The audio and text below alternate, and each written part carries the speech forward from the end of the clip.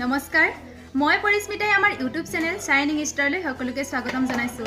বিভিন্ন প্ৰতিযোগিতামূলক পৰীক্ষাসমূহৰ লগত খাপ খাব পৰাকৈ ডেইলি কাৰেণ্ট এফেয়াৰ্সবোৰ আমাৰ এই চেনেলত আলোচনা কৰা হয় আজি 17 মাৰ্চৰ 10টা গুৰুত্বপূৰ্ণ প্ৰশ্ন আপোনালোকৰ মাজত আমি এই ভিডিঅ'টিৰ জৰিয়তে আলোচনা কৰিম যদি ভিডিঅ'টি চাই ভাল লাগে লাইক কমেন্ট শেয়াৰ আৰু সাবস্ক্ৰাইব কৰিব আপোনালোকে যদি আমাৰ আগৰ ভিডিঅ'সমূহ চোৱা নাই তেন্তে ভিডিঅ'টোৰ তলত লিংকসমূহ দিয়া আছে চাই ল'ব পাৰিব গতিকে বলক পলম নকৰি আমি ভিডিঅ'টি আৰম্ভ কৰো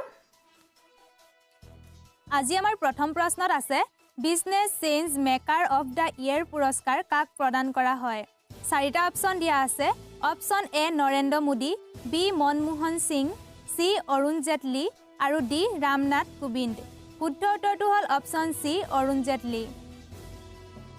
ভাৰতৰ বিত্তমন্ত্ৰী অৰুণ জেটলিক পূৰ্ব প্ৰধানমন্ত্ৰী মনমোহন সিঙে business change maker of the year পুৰস্কাৰ প্ৰদান কৰে তেওঁৰ শাসনকালতে জিএছটি অৰ্থাৎ গুডছ এণ্ড ছাৰ্ভিচ টেক্সৰ আৰম্ভণি হোৱাৰ বাবে এই পুৰস্কাৰ প্ৰদান কৰে দ্বিতীয় প্ৰশ্নত আছে সন্তোষ ঝাক কোন দেশৰ ভাৰতবৰ্ষৰ ৰাষ্ট্ৰদূত হিচাপে নিয়োগ কৰিছে চাৰিটা অপচন হ'ল option A Austria B Uzbekistan C Indonesia আৰু ডি কাটাৰ শুদ্ধ উত্তৰটো হ'ল অপচন বি উজবেকিস্তান উজবেকিস্তানৰ এম্বেছেড অৰ্থাৎ ৰাষ্ট্ৰদূত হিচাপে ভাৰতবৰ্ষৰ সন্তোষ ঝাক নিয়োগ কৰা হয় 3 নম্বৰ প্ৰশ্নত আছে সুষমা স্বৰাজে কোন দেশলৈ বিদেশ ভ্ৰমণ কৰিব চাৰিটা অপচন হ'ল অপচন এ আমেৰিকা বি মালদ্বীপ চি জাপান আৰু ডি বাংলাদেশ শুদ্ধ উত্তৰটো হ'ল অপচন বি মালদ্বীপ আমাৰ দেশৰ বিদেশ মন্ত্ৰী সুষমা স্বৰাজে দুদিনীয়া কাৰ্যসূচীৰে মালদ্বীপ ভ্ৰমণলৈ যাব ভাৰত আৰু মালদ্বীপৰ মাজত ঘনিষ্ঠ সম্পৰ্ক আৰু মৈত্ৰীপূৰ্ণ সম্বন্ধ শক্তিশালী কৰাৰ উদ্দেশ্যে তেওঁ এই যাত্ৰা কৰিব 4 নম্বৰ প্ৰশ্নত আছে জলবায়ু পৰিৱৰ্তনৰ অসুৰক্ষিত সূচীত কোন ৰাজ্য শীৰ্ষস্থানত আছে চাৰিটা অপচন হ'ল অপচন এ অৰুণাচল প্ৰদেশ বি ছিকিম চি মেঘালয় আৰু ডি অসম শুদ্ধ উত্তৰটো হ'ল অপচন ডি অসম ভাৰতীয় বৈজ্ঞানিকসকলে হিমালয়ান ৰাজ্যসমূহৰ মাজত চলোৱা জলবায়ু পৰিৱৰ্তন অসুৰক্ষিত কাৰ্যসূচী চলায় ইয়াত অসমক 0.72 অসুৰক্ষিত সূচীত পোৱা গৈছে ইয়াৰ পাছতে মিজোৰাম ৰাজ্য 5 নম্বৰ প্ৰশ্নত আছে অলপতে জেনেৰেল টাৰ্চ বুলেটছক NATOৰ হাই কমাণ্ডাৰ হিচাপে নিয়োগ কৰে তেওঁ কোন দেশৰ আছিল চাৰিটা অপচন দিয়া আছে option A Britain B France C America আৰু ডি জাৰ্মানী শুদ্ধ উত্তৰটো হ'ল অপচন চি আমেৰিকা আমেৰিকাৰ বায়ু সেনাৰ জেনেৰেল টাৰ্চ বুলেটছক North Atlantic Treaty Organisation high commander হিচাপে নিয়োগ কৰা হয় তেখেতে বৰ্তমান United States Air Force Europe United States Air Force Africa আৰু এলাইড এয়াৰ কমাণ্ডাৰ হিচাপে নিয়োজিত হৈ আছে 6 নম্বৰ প্ৰশ্নত আছে ভাৰতৰ কোন ৰাজ্যত নীল ভাইৰাছ পোৱা গৈছে চাৰিটা অপচন হ'ল অপচন এ মেঘালয় বি তেলেংগানা চি বিহাৰ আৰু ডি কেৰালা শুদ্ধ উত্তৰটো হ'ল অপচন ডি কেৰালা কেৰালাত 9 বছৰীয়া কিশোৰ এজনৰ গাত এই নীল ভাইৰাছ পোৱা গৈছে